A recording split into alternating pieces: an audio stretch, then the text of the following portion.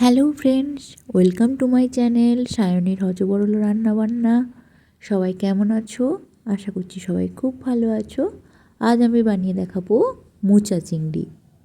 তো চলো দেখে নেওয়া যাক। মোচা চিংড়ি বানানোর জন্য প্রথমে আমি একটা এই যে মোচা নিয়ে নিয়েছি।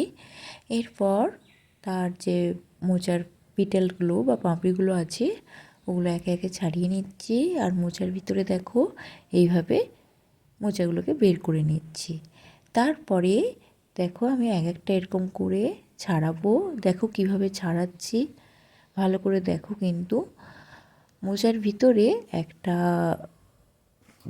মানে শক্ত মতন একটা দ্বন্দ্ব থাকে, ওটা পুংদ্বন্দ্ব মোচার। তো ওটা কেটে বাদ দিয়ে দিতে হবে। আর এই যে নিচের দিকে যে বৃত্তিটা টাইপের থাকে, বৃত্তিটা ওটাও কেটে বাদ দিয়ে দিতে হবে। আর বাকিটা রান্না করা হবে। ঠিক আছে, এইভাবে আমি সমস্ত মোচাগুলো কেটে নিচ্ছি, ছাড়িয়ে নিচ্ছি। তো তোমরা কিন্তু ভালো করে খেয়াল করো। আমি এই যে পুংদণ্ড আর বৃত্তিটা ওটা কেটে বাদ দিয়ে দিলাম। তারপরে এইভাবে সমস্ত মোচাগুলো কেটে ধুয়ে পরিষ্কার করে নিয়েছি। তারপরে এবার মোচাগুলোকে আমি ছোটো ছোটো করে একটু টুকরো করে দিচ্ছি। তাহলে কি হবে, তরকারিটা একটু মাখা মাখা হবে।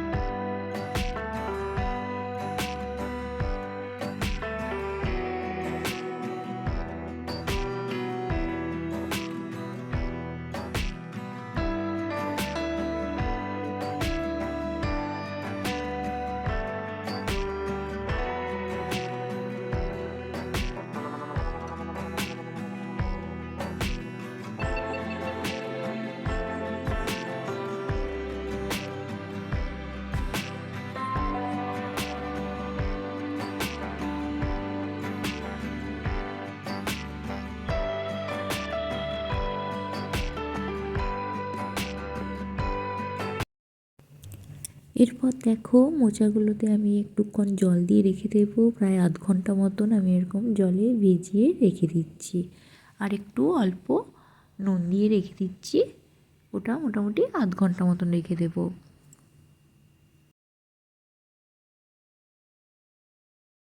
ততক্ষণে আমি সবজিগুলো কেটে নিয়েছি। আমি একটা মাঝারি সাইজের আলু নিয়েছি এবং ডুমো ডুমো করে কেটে নিয়েছি।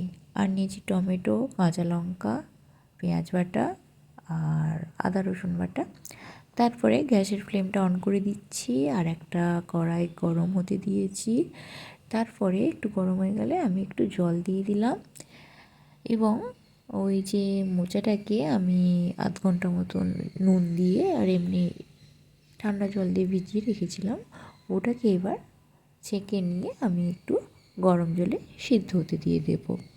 খুব বেশিক্ষণ কিন্তু সেদ্ধ করার দরকার নেই, ওই মিনিট 5-6 মতন সেদ্ধ করে নিলেই হবে। সেদ্ধ করার সময় আমি দিয়ে দিচ্ছি 1 চামচ নুন আর 1 চামচ হলুদ গুঁড়ো। তারপরে সেদ্ধ হতে দেব।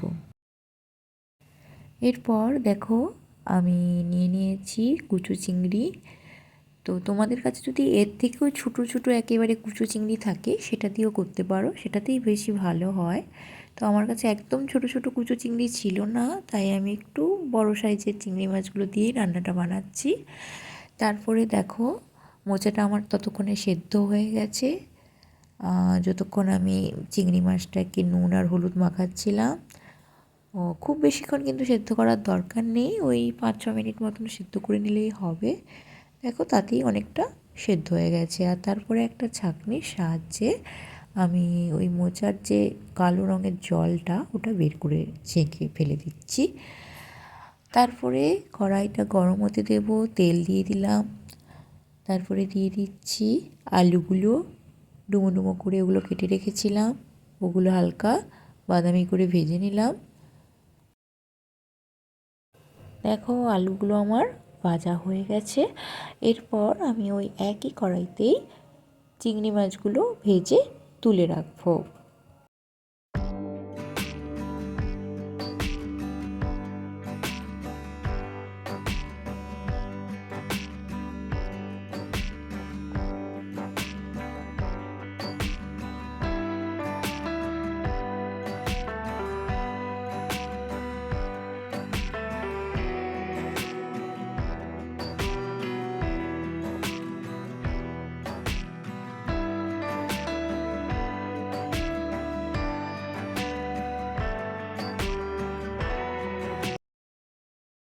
এরপর আমি ওই একই কড়াইতেই তেল দিয়ে দিলাম।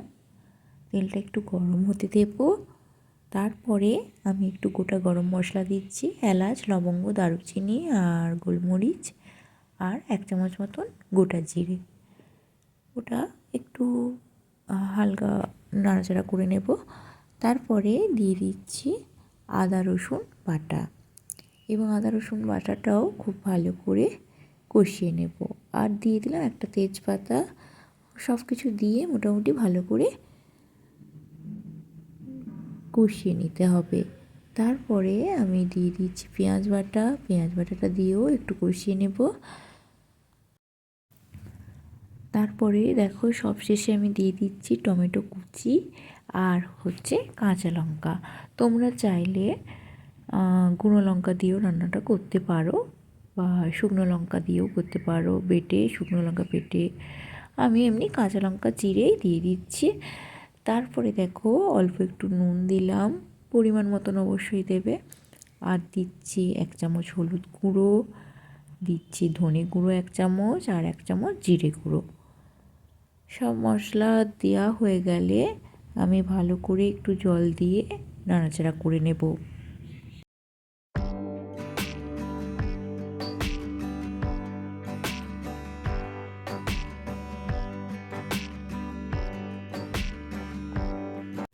দেখো মশলাটা আমার কষানো হয়ে গেছে।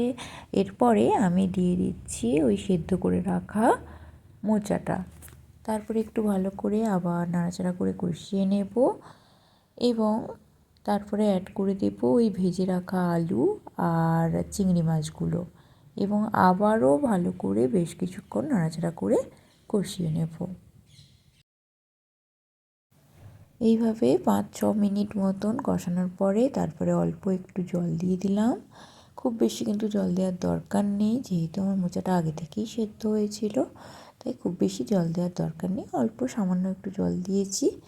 তারপরে দেখো আমি আরেকটু পরিমাণ নুন আর চিনি অ্যাড করে দিচ্ছি। চিনিটা তোমরা দিতেও পারো, না হলে ওটা নাও দিতে পারো, কোনো অসুবিধা নেই। আর চিনিটা আমার মনে হয়েছিল যে আমার আরেকটু মানে নুনটা আরেকটু দেওয়া দরকার, তো চিনি আর নুন আমি সবশেষে আবার একটু দিয়ে দিলাম। আর তারপরে আমি ঢাকা দিয়ে 5-6 মিনিট মতন হতে দিলাম। দেখো আমার 6 মিনিট পরে ঢাকা খুলেছি, একেবারে আমার আজকে রেডি হয়ে গেছে মোচা চিংড়ি। তো তোমাদের কাছে যদি ছোট ছোট কুচো চিংড়ি থাকে ওটা দিয়েই করো, ওটা দিয়ে আরও বেশি ভালো লাগবে খেতে। আমার কাছে ছিল না একেবারে ছোট চিংড়ি, তো আমি যেরকম সাইজের চিংড়ি মাছ পেয়েছি ওটা দিয়েই বানিয়েছি। তো তোমাদের কেমন লাগলো এই মোচা চিংড়ি অবশ্যই জানিও। আর যারা আমার চ্যানেলে নতুন এসেছো অবশ্যই লাইক, শেয়ার এবং সাবস্ক্রাইব করে দিও। থ্যাংক